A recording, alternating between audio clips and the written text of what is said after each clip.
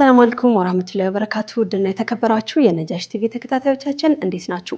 ሳምንታዊ የነጃሽ ቢዝነስ ፕሮግራማችን እነሆ ሰዓቱን ጠብቆ ወደ እናንተ መድረስ ጀምሯል። አጫጭርና ወቅታዊ የቢዝነስ መረጃዎቻችንን እናደርሳችኋለን። ከዛ ቀጥሎ ደግሞ በጉብኝት ሰዓታችን በባለፈው ሳምንት ዋዋ ኮፊ ጋር ያደረግነውን ቆይታ ክፍል 1ን ጋብዘናችሁ በርካቶች ወዳችሁት ነበረ። በዛሬው ደግሞ ክፍል 2ን የምንጋብዛችሁ ነው የሚሆነው። እስከ ፕሮግራማችን ፍጻሜ ድረስ አብራችሁን ቆዩ ብዬ የምጋብዛችሁ እኔ ዙበይዳ ሀሰን ነኝ። አብራችሁን ቆዩ።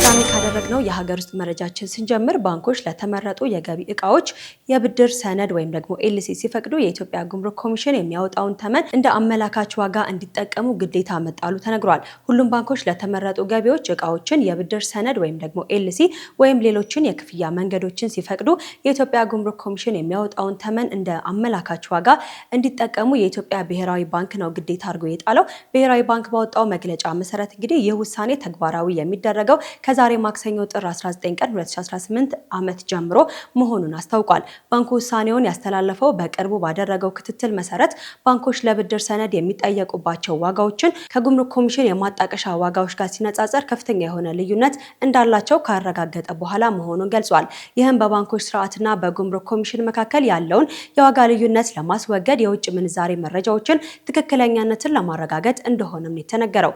ብሔራዊ ባንክ በሐምሌ 2016 ዓመት ተግባራዊ ባደረገው የውጭ ምንዛሬ መመሪያ እንግዲህ የሀገር ውስጥ ምንዛሬ ተመን በገበያ እንዲወሰን ማድረጉም ይታወቃል። በዚህ መሰረትም ቀደም ሲል የነበረው ዝቅተኛ የገቢ እቃዎች ዋጋ መመሪያ ተሰርዞ የገቢ እቃዎች ዋጋ ትክክለኛነት የማረጋገጫ ኃላፊነት ለባንኮች ተሰጥቶ እንደነበረም ተነግሯል። አዲሱ መመሪያ ባንኮች የጉምሩክ ዋጋዎችን እንደ ማጣቀሻ እንዲጠቀሙ በማድረግ በገበያ ውስጥ የሚታየውን የዋጋ አለመመጣጠን ለማስተካከል ያለመ መሆኑም ተዘግቧል።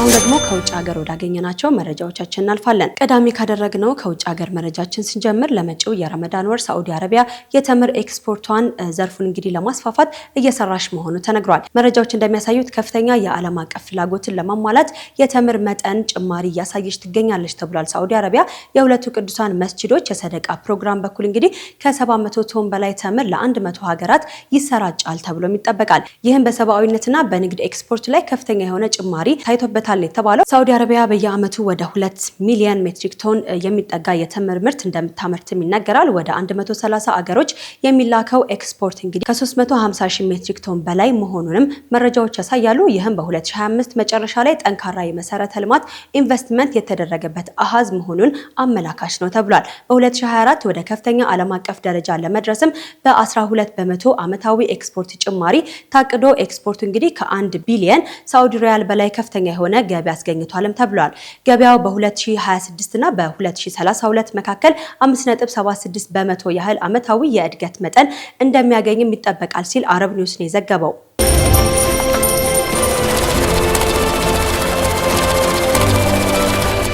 መጨረሻ ያደረግነው የውጭ ሀገር መረጃችን ሳዑዲ አረቢያ የውጭ ሀገር ዜጎች በሀገሯ ሀብት መያዝ የሚያስችላቸውን ስርዓት ተግባራዊ ማድረግ መጀመሯ ነው። ሳዑዲ አረቢያ በግዛቷ ውስጥ የመኖሪያ ቤቶችን፣ የመሬትና የእርሻ ቦታዎችን ጨምሮ የውጭ ዜጎች የሪል ስቴት ባለቤት እንዲሆኑ የሚያስችል አዲስ ስርዓትን በይፋ ተግባራዊ ማድረግ መጀመሯን አስታውቃለች።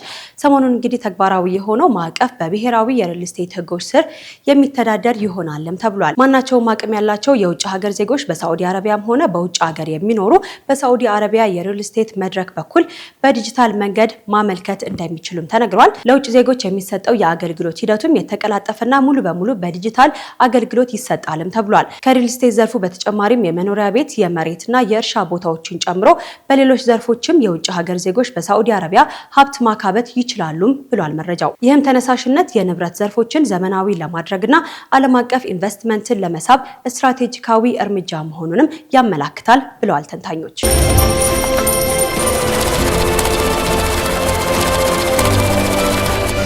የተወደዳችሁ የነጃሽ ቲቪ ተከታታዮቻችን በያላችሁበት ሆናችሁ ነጃሽ ቢዝነስ ፕሮግራማችንን እየተከታተላችሁን ትገኛላችሁ። ስለምትከታተሉን፣ ስለምታበረታቱን፣ አስተያየታችሁን ስለምትሰጡን እጅግ አድርገን እናመሰግናለን።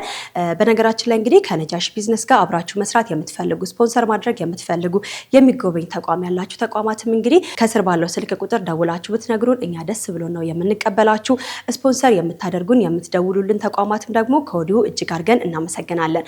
ቀጣዩ መሰናዷችን የጉብኝት ሰዓታችን ነው። መግቢያዬ ላይ እንዳልኳችሁ በዛሬው የጉብኝት ሰዓታችን በባለፈው ሳምንት ከዋዋ ኮፊ ጋር ያደረግነውን ቆይታ ክፍል 2 ነው የምጋብዛችሁ። በዋዋ ኮፊ በጣም ቆንጆ ቆይታ ነው ያደረኩት። እሱን ተመልክተን እንመለስ።